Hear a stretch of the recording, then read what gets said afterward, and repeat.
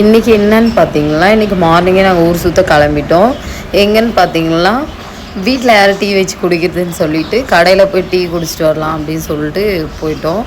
எப்பயுமே எங்களுக்கு டீ குடிக்க தோணுச்சுன்னா நைட்டு 12 மணின்னா கூட பக்கத்தில் ஆவின்னு இருக்கும், அங்கே போயிடுவோம்.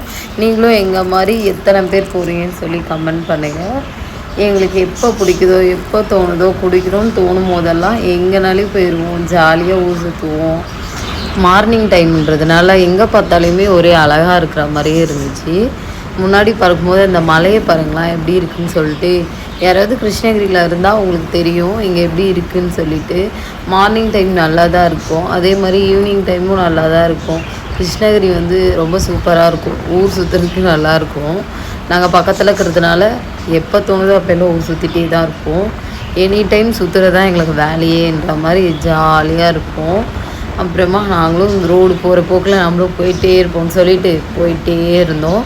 போக போக எங்கெங்கே தோணுதோ என்னென்ன சாப்பிடணுன்னு தோணுதோ அங்கெல்லாம் நிப்பாட்டி வாங்கிடணும்னு நினச்சேன். எங்கள் வீட்டுக்கார் வேறு நிப்பாட்டவே மாட்டேங்கிறாரு. நிறுத்துன்னு சொன்னாலும் நிப்பாட்டவே மாட்டேங்கிறாரு. அவர் பாட்டு போயிட்டே இருக்கார். சரி சரி இந்த லாரியை மட்டும் கிராஸ் பண்ணுறீங்களான்னு சொன்னேன். ஓகேன்னு சொல்லிட்டு அதை மட்டும் கிராஸ் பண்ணாங்க. அதுக்கப்புறம் எதுவும் வண்டி வராதுன்னு நினச்சேன். பார்த்தா கார் போகுது. பக்கத்துலேயும் இன்னும் கொஞ்சம் நேரம் ரூட்டு நிறைய வருது. இங்கே ஒரு ஏரி இருக்கும், அது எத்தனை பேர் தெரியும்னு தெரியாது. ஆனால் இங்கே ஃபர்ஸ்ட் டைம் வந்து இந்த பாரத் பெட்ரோலியம் இருக்குல்ல, அங்கே வந்து யானை வந்துருந்துச்சு.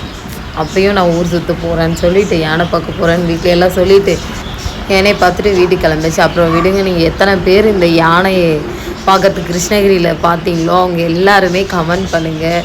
அந்த மைண்டில் வந்து அந்த நினப்பு இருந்துகிட்டே இருக்கும், இங்கே தான் யானை இருந்துச்சின்னு சொல்லிட்டு. வரும்போதெல்லாம் நான் எங்கள் ஹஸ்கிட்ட காமிப்பேன், இங்கே தானே இருந்துச்சின்னு சொல்லிட்டு காமிச்சிட்டே இருப்பேன். அதுக்கப்புறம் நான் என்ன சொல்ல போகிறோன்னு தானே நினைக்கிறீங்க. எப்பயும் போல தான் நம்ம ரெட் கப்பல்ஸ் யாராவது பிடிக்குமோ அவங்க எல்லாருமே லைக் பண்ணுங்கள், ஷேர் பண்ணுங்கள், கமெண்ட் பண்ணுங்கள், முக்கியமாக சப்ஸ்கிரைப் பண்ணுங்கள். ஓகே, நம்ம ரெட் கப்பல்ஸை பிடிச்சவங்க எல்லாருமே வந்து ரெட் கலர் ஆட்டை தட்டி விட்டுருங்க. நம்ம மார்னிங் ரைடு ஓவர். ஓகே, பாய்.